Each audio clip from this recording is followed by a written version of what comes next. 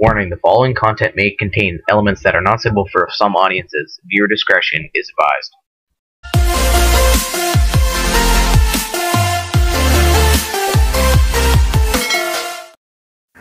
Good morning mga ka-Airgun. Papunta sana tayo dun sa hunting site natin. Kaya lang yan ang sumalubong sa atin, no? Ang taas ng tubig. Umabot na dito sa mismong kalsada. May bangka sana dito kaya lang di naman natin magamit. Una, wala tayong kasama. Pangalawa, baka magalit yung may-ari. So anong magiging diskarte natin para makahuli? Siguro punta tayo dun sa mas mataas na lugar.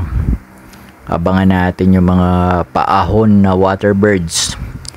May mga narinig tayong muhuning kanugtog at saka pakubo mga ka-Airgun. Kaya lang masukal banda dito, hindi natin sila makita. Hanap tayo ng pinaggapasan.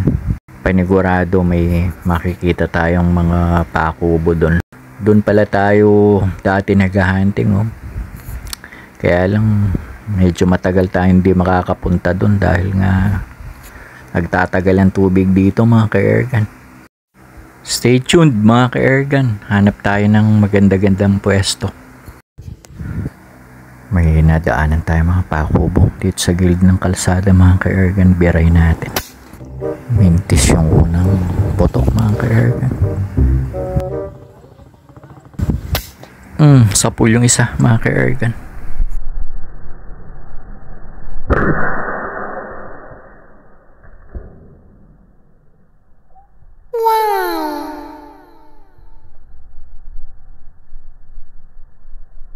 Nandun pa yung kasama niya mga ka-Airgun. Ulo lang nakalitaw. Birahin din natin.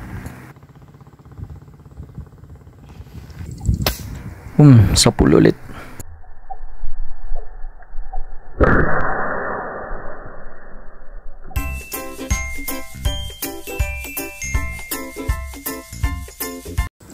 Pinapulot na natin mga ka-Airgun. Tumatakbo pa sila eh.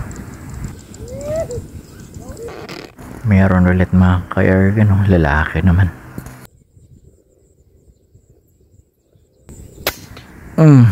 Chamba mga ka-Airgun. Wow.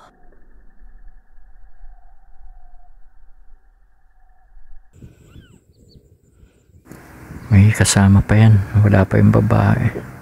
Hintayin nating sumungaw mga ka-Airgun.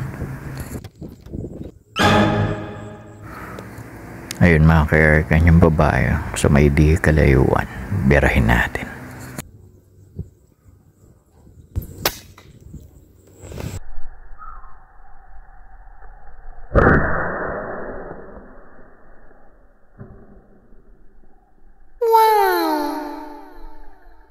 Boom! Nadali natin mga ka-Airgun. Mga pakubo, mahina pala yung loob. Kahit daplis lang, sigurado susubsob na yan. Ayun na mga ka-Airgun, no? Sumubsob na nga. Papulot na natin. Okay na yan, nakaapat na tayo.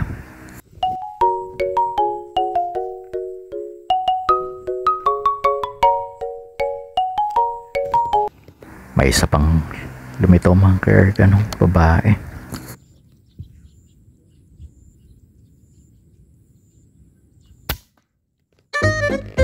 Sayang, mintis. Ang bilis lumalim ng tubig mga ka-Airgun, no?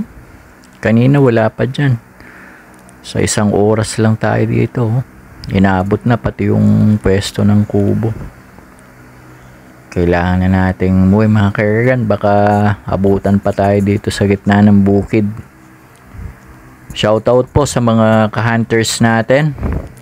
Ingat po tayong lahat.